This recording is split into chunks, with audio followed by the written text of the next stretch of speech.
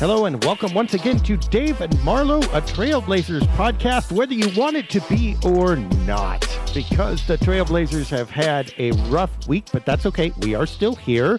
I am Dave Deckard here with Marlow Ferguson, and the Blazers, since we last talked, are 0-4 to nobody's surprise, Marlow. They have pulled the plug on the season, started with Damian Lillard and quickly dominoed into everybody else. I think there's double digits players on the injury list at the moment. They're signing 10-day hardship contracts just to field people. Did you ever see it coming to this? Not this year, I didn't. I thought those days were long gone. You know, that was yesterday's news, last year's news. But here we go. You know, they got more players unavailable than available. You got players breaking their fingers in pregame warm-ups, 30-point losses. So it's been tough trying to find positives in that, but hey, that's what we got to do. So, I mean, we've been lucky. Haven't you been relieved? Oh, it's only a 30-point loss. That's not so bad. It's been rough. You know, I kind of telling on myself here, but I was watching the game and I'm like, why are they always so close in the first quarter? Then it dawned on me, it's like, okay, it's 0-0. It's supposed to be close, but before you know it, it really quickly. And it's hopefully those days are just temporary. Hopefully we can get back to a competitive game, a competitive team. This has been a while since we've really been able to say that. So, I mean, they stayed close in the first half against Sacramento on Wednesday. So, I mean, there's that. You had 2 quarters of basketball. We'll talk about that big picture in a minute. And I think that's valuable, actually, that in the midst of this, we need to reset a little bit to where we were at the beginning of the year and where we are now, which is not a pretty story. But before we get there, let's talk about at least one or two pretty things. Shaedon Sharpe probably getting more playing time is the big bonus in this. How has he looked to you, and what do you take away from his late season performances here?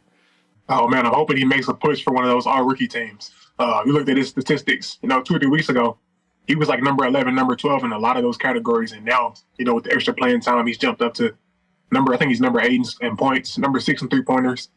So hopefully he can make a push there.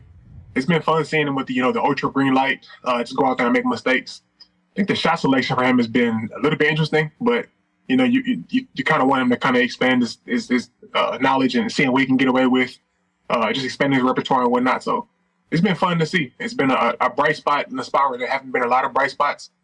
I've liked he's had a couple of nice plays as a playmaker, facilitator.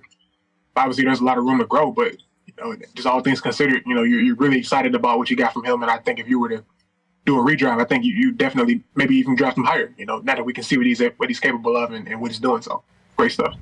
Yeah, Danny Meringue and I argue about this a little bit. His playmaking, I think some of it will develop, and I think it's going to develop kind of naturally, not because he's a point guard, but because he's going to draw a lot of attention.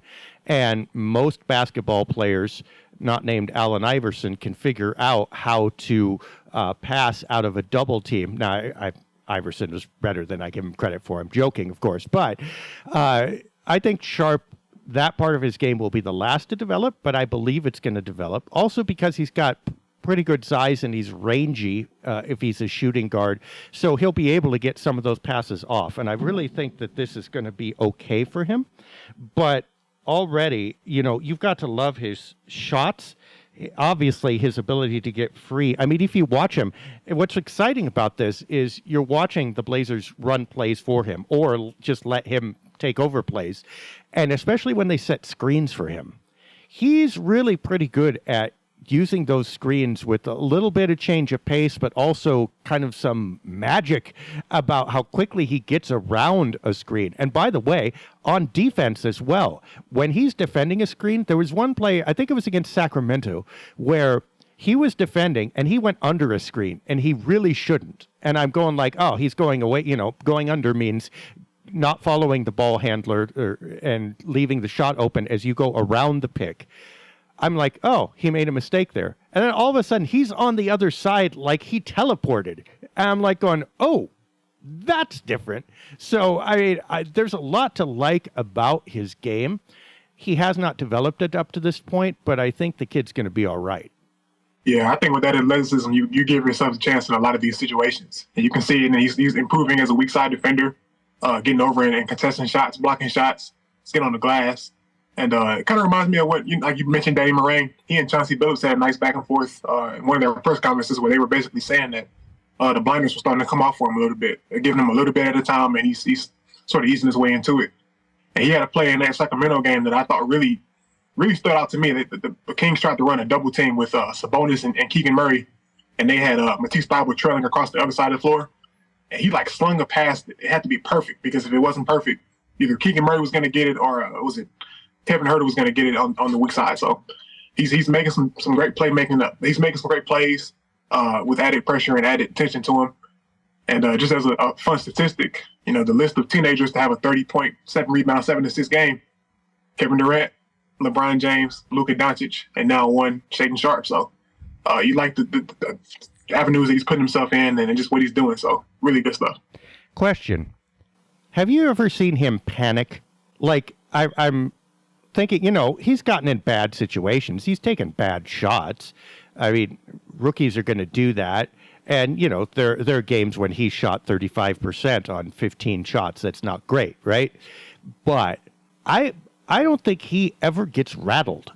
And that's what's really impressive to me. And with the greater minutes and the greater responsibility, he's still just as composed.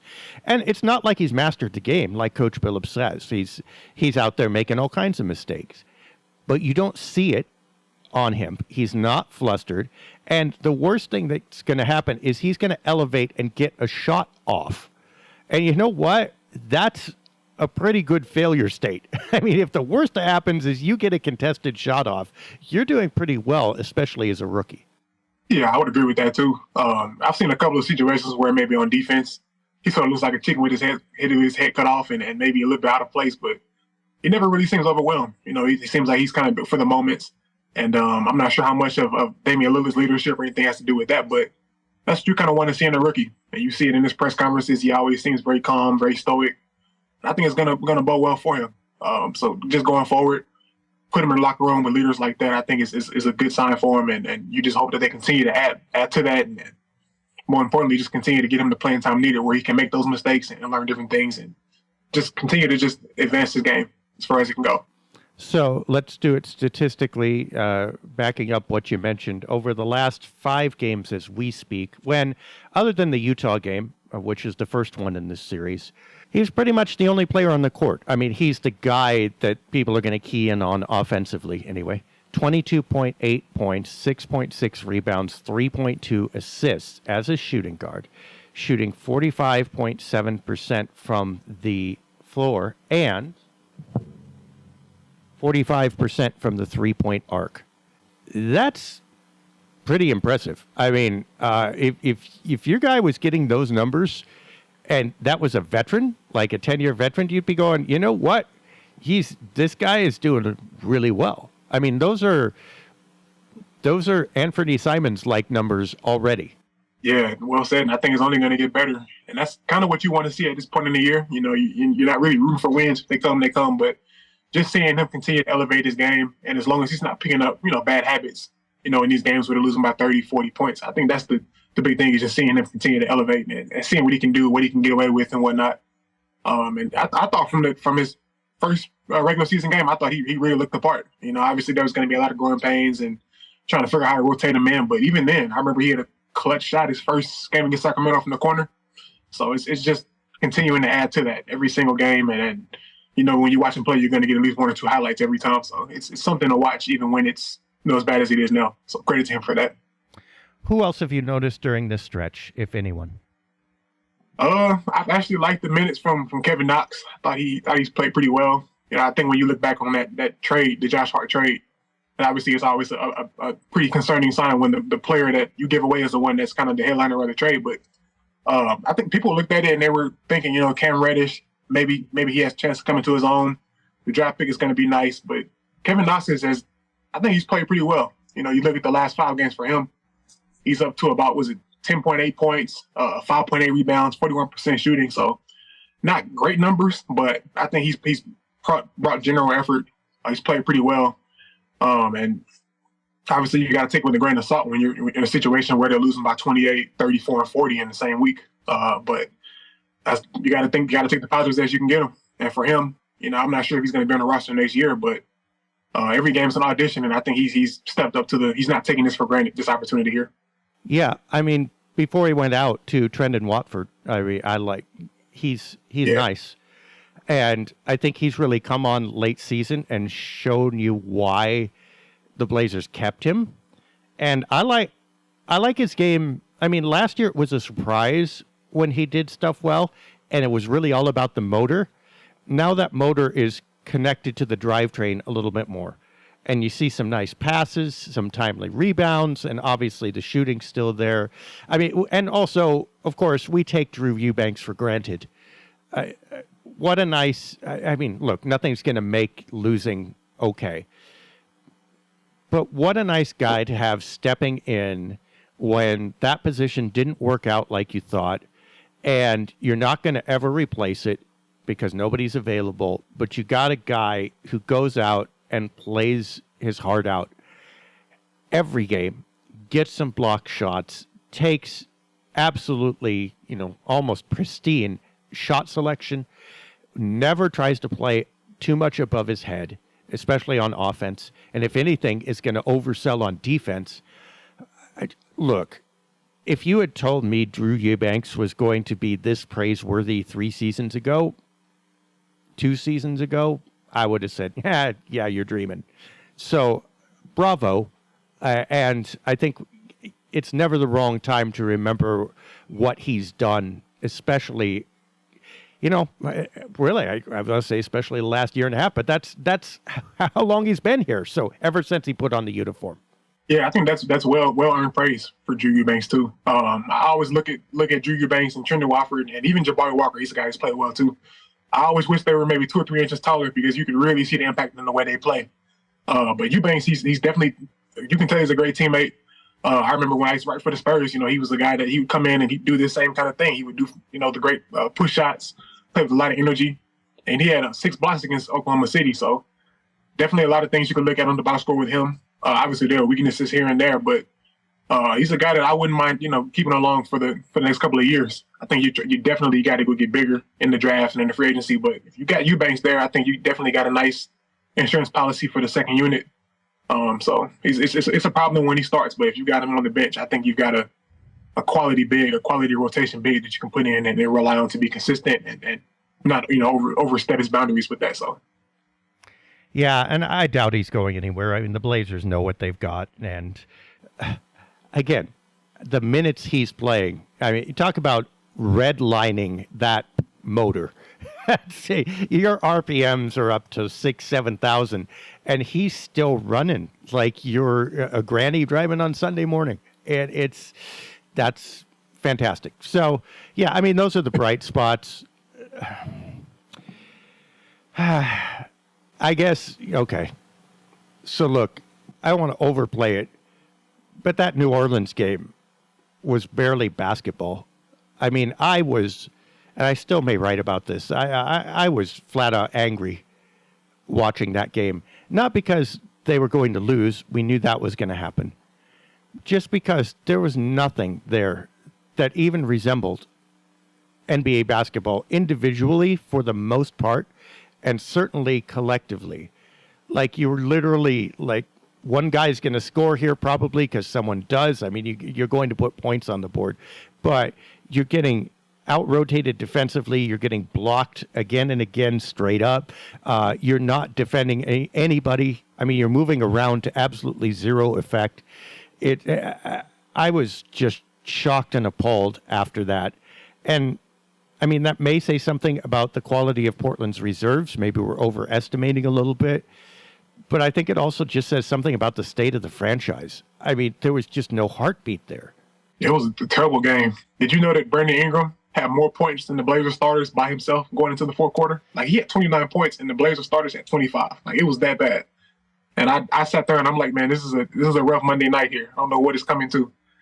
But the box score, it showed that. They got out-rebounded 53-29, and the Pelicans just kind of got whatever they wanted. They 31 assists on 49 made field goals, And I think what made it even worse was that, if the consolation prize with these losses is that you knew that you get a Shaedon Sharpe highlight somewhere in there. They were face guarding him, top locking him, just defending him well overall. And he had one of those rookie games, and it was just, that was one of the worst. I think it was the second worst offensive performance they had this year from a point scored wise, but just a almost unwatchable brand of basketball for a long part of that. So I'm not sure what you say after that. Yeah, there was nothing there. I mean, yeah, once they went after Sharpe, and it's not like Sharpe would have saved him either. It just would have made the loss more entertaining. But they literally cut off one guy, and there was zero people. I mean, and there were legitimate players that you're kind of depending on to help the Blazers bench next year because they can't replace everybody, right? And it's like they almost did not exist. It was totally scary. I'm trying to pull up here who was in that game. Here we go. Over your eye. Yeah, I mean, so you had Sharpe, obviously, and Eubanks. I mean, Eubanks gets a pass from me because of, he's not going to turn it. He's going to do his stuff. But Nasir Little, 25 minutes. Matisse Thybulle played 15, which isn't a ton. There was Knox for 22. Keon Johnson was in there. Cam Reddish was in there for 26. You're like, well, some of these guys got to do something, right? And again, it's not like they didn't score some points. Somebody was going to, but there was no, I don't know. I don't know how to put it other than they just didn't exist. And I'm going, gosh, if you ran this out as the second unit next year, that doesn't solve the problem. And that to me was shocking. Now, they've done better in other games, but you still have that memory and that hole there. The problem may be wider spread than we give it credit for. I mean, we always say, okay, well, we're down to one miracle trade now. The goalposts have shifted for Blazer fans. Like, oh, one more solid guy and we're good. Okay, two more solid guys and we're good. No, one more star and we're good. No, one more Joel Embiid and we're good. Okay, that's gone as far as it can go. But even if you take that all the way, the Blazers might not have 3 or 4 players that they need off the bench. And part of it is age. Part of it is ability. But they're just kind of, wow, you're looking at this. If this were an insurance project, you'd go, this car is totaled.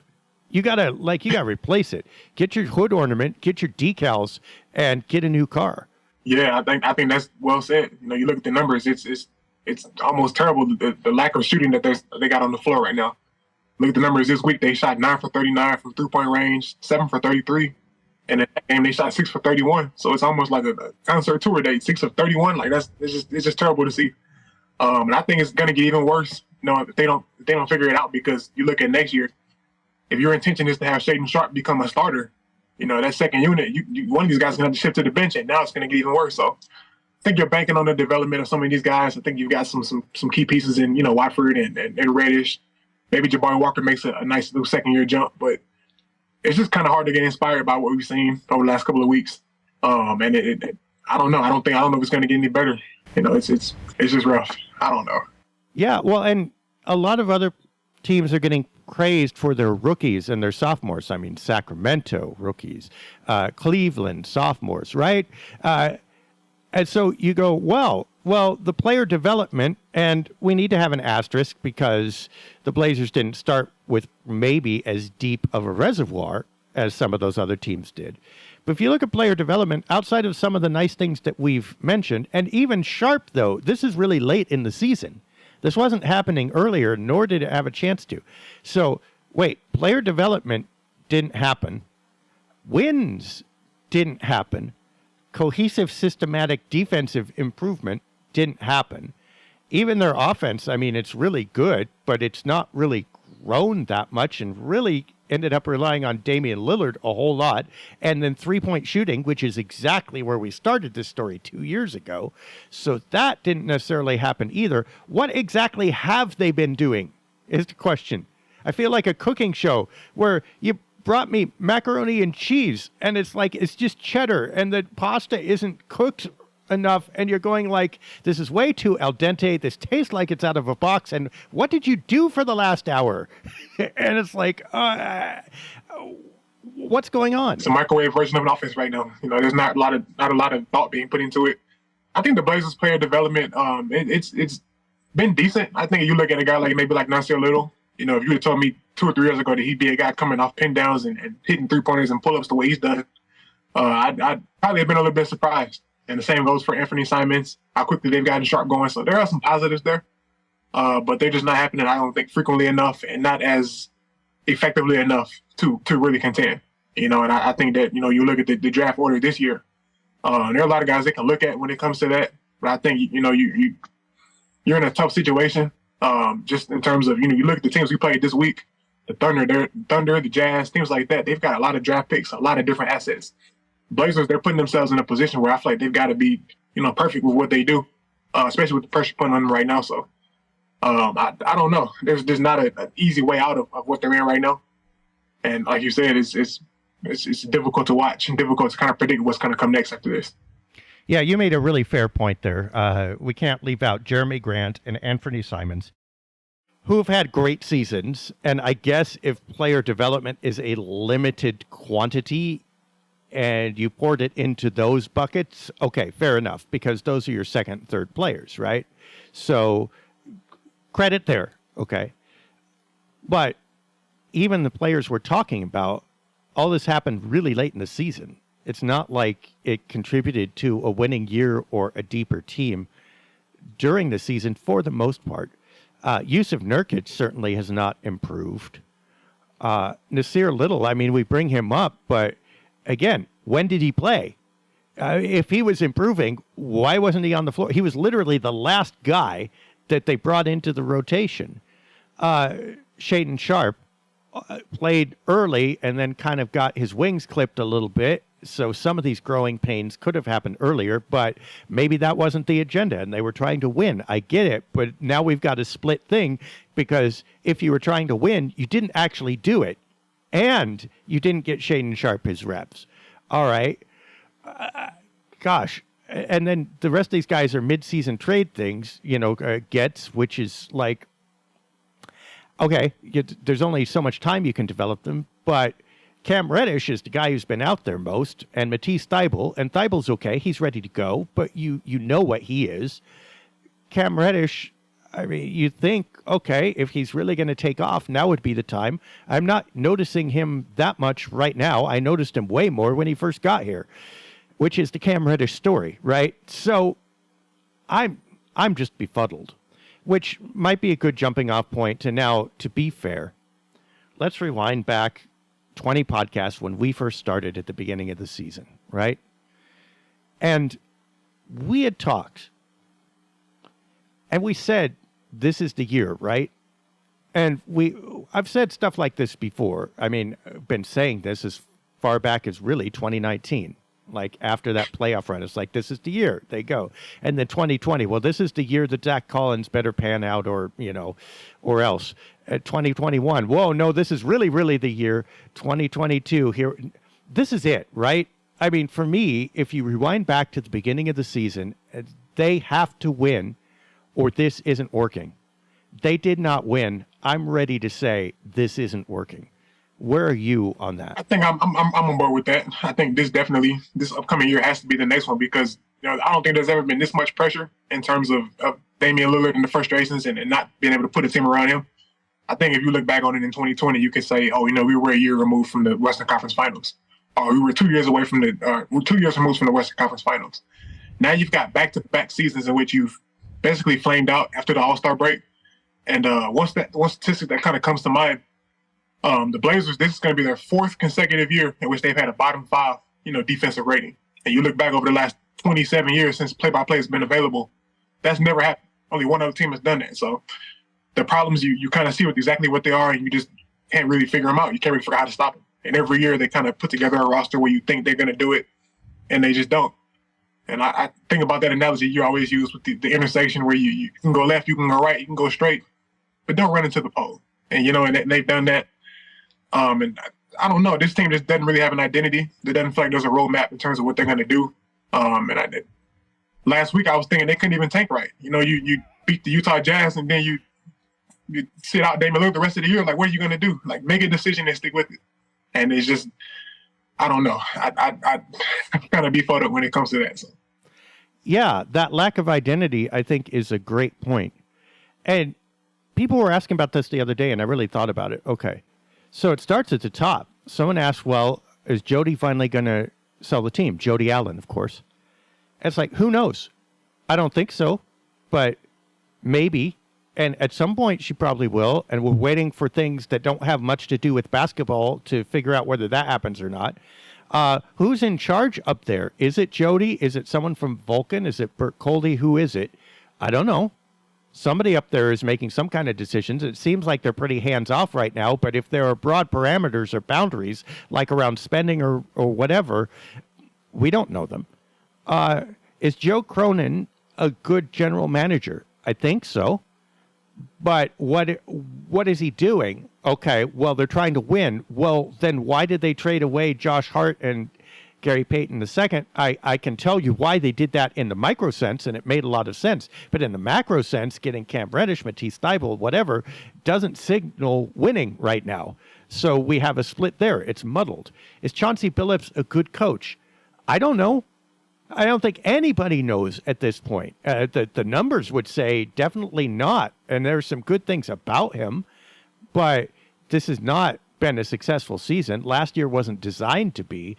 But at what point does this become just kind of ingrained in part of the culture here? And by the way, how is the Trailblazers culture? It's very muddled. You got Damian Lillard, who is a really nice, charismatic leader, face of the franchise, couldn't ask for better. And he's leading in the fog and darkness, almost like walking in circles, because it doesn't matter his leadership skills when the whole rest of the team is in such chaos. And also, does Damian Lillard belong here? I don't know. And this is what the rest of the NBA is starting to, okay, what's really going on? Can he really succeed? Does it help the Blazers keeping him? I cannot guarantee you that it does. All right. How's the rest of the roster? I don't know. Is Anthony Simons really a starting shooting guard that you can win big with? I don't know. Is Jeremy Grant as first option? We know that one. No.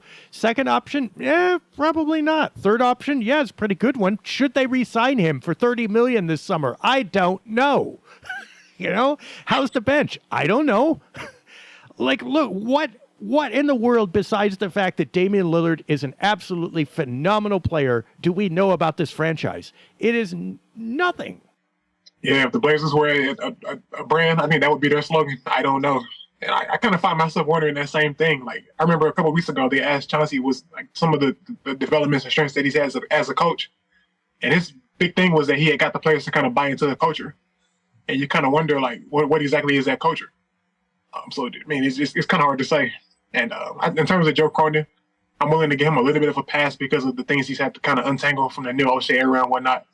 But so far, it's just been a lot of promises on what he's going to do, and not really a lot of substance behind that. I think he's definitely trying to incorporate and getting assets and whatnot. But at the moment, it's just been kind of just that. I feel like they've kind of in the trades they've had. We haven't really seen the full potential of what those trades are going to be just yet. So it's a difficult situation, and for us to have watched this Blazers team all year long and not really have a feel for what's kind of going to come next. Like, even with the draft pick, we don't know if they're going to trade that pick, what they're going to do with it. So it's a weird situation, and I think that you ask a lot of people, they know a lot about the Blazers, but it's kind of hard to say what they're going to do going forward right now. Yeah, that's a great point. Lottery pick, the big salvation. What number is it going to be? I don't know.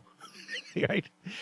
Well, and I can tell you what the culture has been. It's been lying.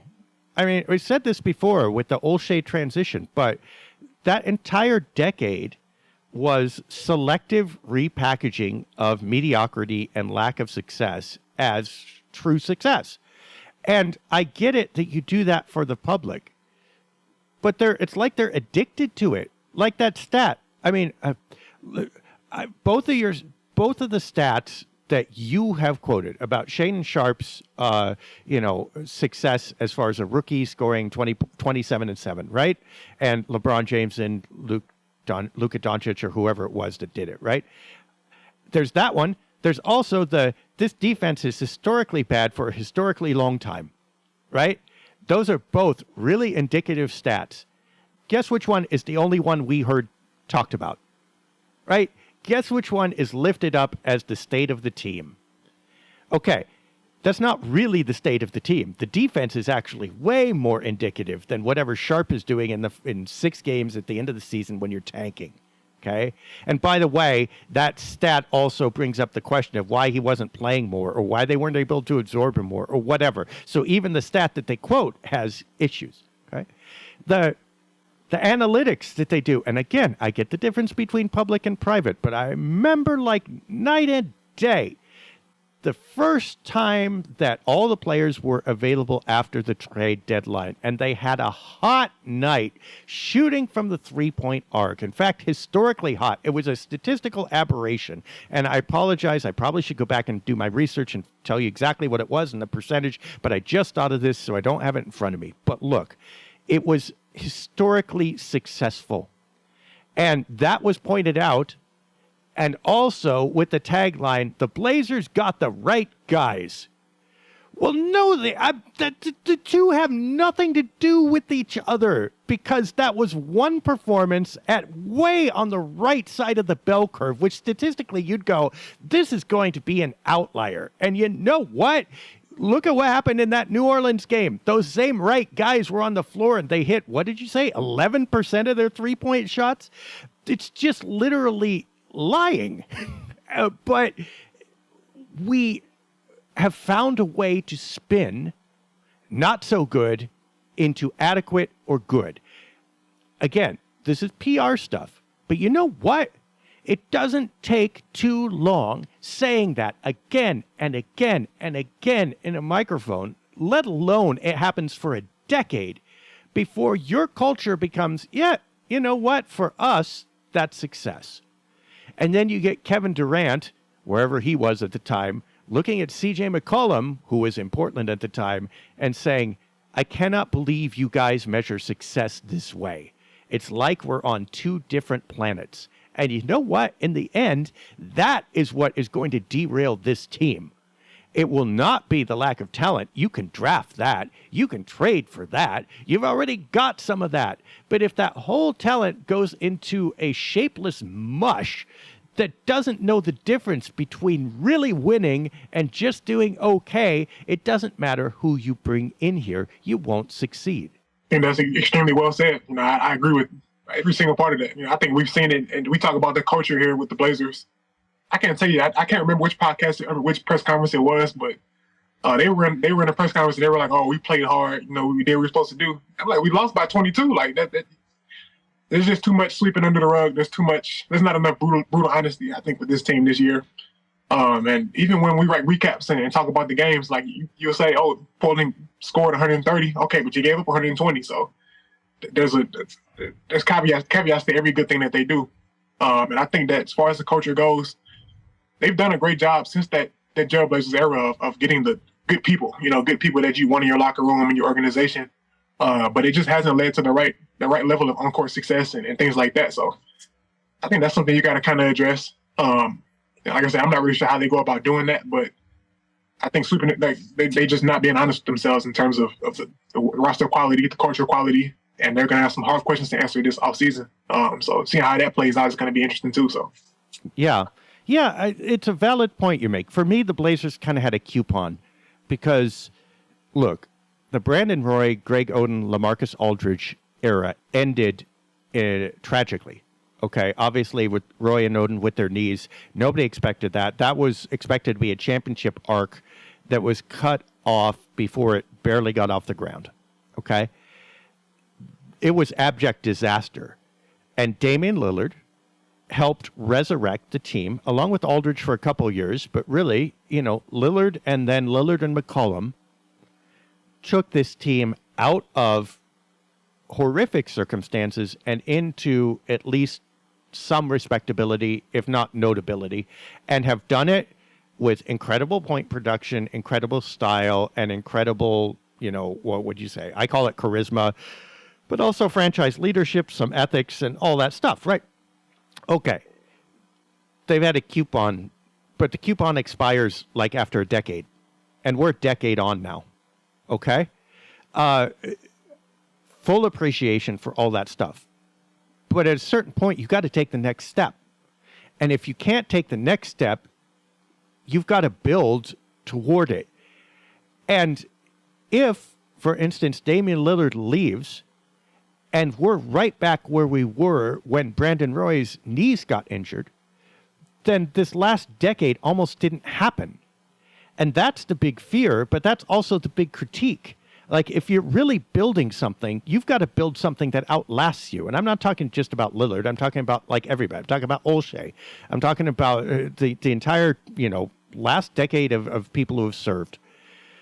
One of the hallmarks of success is you left it better than you found it. If you depart and all the quote-unquote success that you had departs with you, that doesn't show how good you were. That shows it was all about you. And those are two different things. So I think that that dose of realism that you're talking about has to come literally in the next 2 months.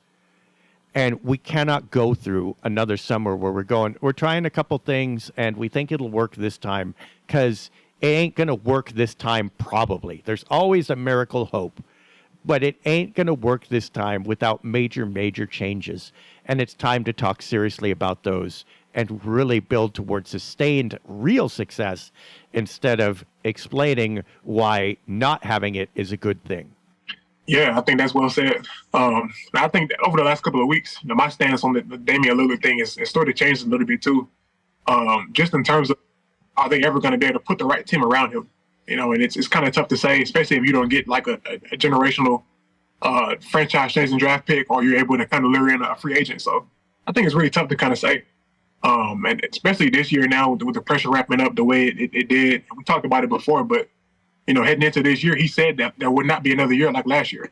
And ironically enough, it ended up almost exactly the same. So has your stance sort of changed on the trading Damian Lillard if they don't get the number 1 pick or the number 2 pick, or how do you feel on that?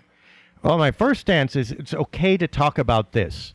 You know what? Because like the sales job has become so pervasive. And again, who doesn't love Damian Lillard? Who doesn't think the Blazers are going to get worse in the short term trading Damian Lillard? I think they're going to get worse. If they lose Damian Lillard, they will not be good. Okay? The asterisk is they're not good now. Right? So what are we preserving? But this is what I mean. It's like, we've got to be able to speak truth about this without people getting torches and pitchforks and rising up and saying, you're being unfaithful or whatever. Okay. So here's the thing. I think the first option is always to keep Damian Lillard. Always. Okay. What conditions does not no longer become practical? The first one is what you said. You can't put the right team around him. Okay. They had Anthony Simons, who had, by almost any measure, a really successful season. They had Jeremy Grant, who performed really well. And they had the best glue guy in the league almost in Josh Hart. And they couldn't win. And by the way, they were 500 when they traded Hart, right? I mean, I don't know what their exact record was, but they weren't, they might have been below, they might have been above, that they were about a 500 team, okay? So it's not like they were wildly succeeding with this lineup. It wasn't working. And I can't imagine putting a better core around him. Yusuf Nurkic as well. He's not a bad center. Didn't work. How are you going to get a better lineup than that? So, okay, whether you keep Lillard or not, the first question is, who else do you put around him? Do you sign Jeremy Grant to $30 million a year under these circumstances? And there's a sunk cost thing that says, well, you traded everything for him and, you've got him now and he's a good player. Yeah, but your salary cap is already at 109.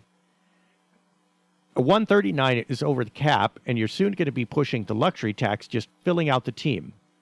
Can you afford to do that? Hard question, but you got to answer that. Yusuf Nurkic, can he play for this team anymore? And I don't mean suit up, but like, can you with a straight face say this is going to lead to huge success starting him as the center?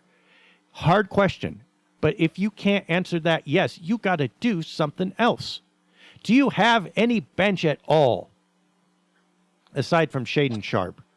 Hard question. But you better take a realistic look at that. Do you have a coach? Do you have a coach who can even coach? Again, I don't know. I want to give Chauncey Billups the benefit of the doubt because I do that with all coaches. But like we said, I don't know. Hard question. You better answer that. And if the answer is no, or you're in serious doubt, you've got to make the move. Now, after you've made those moves, then you look at Damian Lillard and say, is there any chance in hell that we have gotten better around him than we were this year over the next 2 to 3 years? And really, it better be 2. Over the next 2 seasons, have we made enough changes to field a better team around him right now? If you cannot answer that yes definitively, then yeah, you've got to move him. I'll tell you one thing I'm kind of looking forward to seeing is with Shaedon Sharpe, the way he's played over the last couple of weeks, you sort of wonder, does he make any of the players, the Blazers maybe looked at as long term if they become more expendable? And I think Simons is definitely the first guy you think of. Like you said, he's had by all measures, he's had a really good season, especially for his age and the way he's going to continue to ascend and develop. But just going forward, you're looking at the way the position is going to be, the cap space situation. You kind of wonder, like, does the Sharpe's play make it a little bit easier to finally have a roster where you have length on the perimeter, length in your starting lineup? That's something that the Blazers really haven't had, in a while. So it'd be kind of interesting to see how that plays out. And like I'm just kind of curious to see how that's going to go.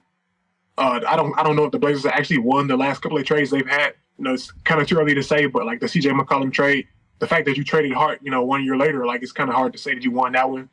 The Josh Hart trade, it could work out, but I don't know. So in that situation, are the Blazers finally going to win one for sure, like definitively? And that'll be something I watch for too. But I think the way Sharpe's playing now kind of opens up a whole lot more, a lot more options. And I think maybe in the long term, it makes him a little bit less tradable too. So kind of answering some questions here. There are so many questions this Blazers team has. So being able to answer one of those, I think is kind of important and kind of good to see. I got one for you.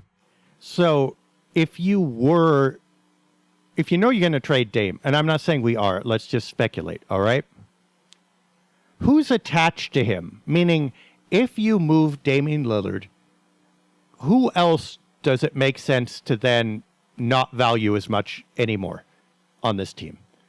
I'll give you the players who are still under contract, and let's presume Jeremy Grant might be. He's in that decision tree. But Anthony Simons, Jeremy Grant, Yusuf Nurkic, Shaedon Sharpe, Nasir Little, Kevin Knox, Keon Johnson, Trendon Watford, Jabari Walker. If Lillard were to move, do any of those players suddenly not make sense anymore to retain? I think the easiest answer would have been probably Yusuf Nurkic. And I think he's kind of easy to kind of pick on in that. Like you said, he's a solid center. He's got some value to him. But just in terms of if I were the Blazers GM, my entire premise, my number one motivation would have been, you got to keep your star happy. And just knowing the relationship that Lillard and Nurkic have, they kind of look at them as like a package deal, a package fit. So getting rid of Lillard, and obviously we don't want to see that. But if it were, to be the case, Nurkic would be a guy that I think you move on from too. And you just focus on getting more youthful, and not only getting more youthful, but getting actual proven projects. We've seen them take potential guys with potential question marks, but if you deal with Lillard and Nurkic, you should be able to get some young players that we've actually seen, put production on the table too. So, and I think at the end of the day, that helps you play faster, play more athletic, and just have a little bit more grit and determination about you. So that would be the guy, Yusuf Nurkic, in my opinion. So, yeah, I mean, Lillard is 32, Grant's 28, Nurkic is 28. Nobody else significant on the roster is above 26. So again, you get, like, there's a really clear divide on this team. It's like, I believe what they're saying about win now. I believe what they're saying about keep Damian Lillard. I really believe it. I 100% do. But if you were to not believe that, you would look at their actions and you would go, they're not even close to trying to keep Damian Lillard. And this is the weird thing about it. It's like God, I hate to bring this up, but it's like being in a relationship where you think it's kind of falling apart, but the person says, no, I'm going to be with you. Look, I got your tattoo on my arm. I got your name on my, and you're going like, okay, I see that. And I hear what you're saying. But at the same time, you're talking to me way less, and you seem to be hanging out at the club a lot more, and I have no idea where you are, and there's just this distance, and I don't know why. That thing, that's what it feels like with the Blazers roster. Not emotionally, but just in terms of, wow, if you're looking to keep me, why am I suddenly way farther on an island, age-wise and experience-wise, than I ever have been? And your entire team is under 26. If we're looking to win now, we can't do it that way. What the heck is going on? Yeah, I agree with that. I think the actions don't really match the words in this situation. And what we're hearing is that, they're telling Lillard, just be patient. We're putting things together. And we just haven't seen it yet. And all of the signs kind of suggest that it won't happen. We're 2 years into this experiment now, and we're no clearer than we were, the day it started. So I think we had like a similar record where we were out of the playoffs by early March, mid-March. So I don't know. It's kind of hard to put your finger on any particular thing that they've done where you're like, okay, this is one of those moves that's going to move them closer to winning a championship. And there's just not really been any of those yet, in my opinion. So I don't really know how you go about that. Yeah, it's like the quote from Dame was, well, if they were to come to me and tell me that they're doing a rebuild, well, they're telling you. They're just not telling you, right? I mean, if we look at the actual signs and parse away the words, if we put this in an abstract, like, blind box and look at this, we're going like, no, this team is building for 5 years from now. They're not building for now. Okay. They're going to have to do a radical U-turn this summer. And this is, I guess, our ending point or final conclusion.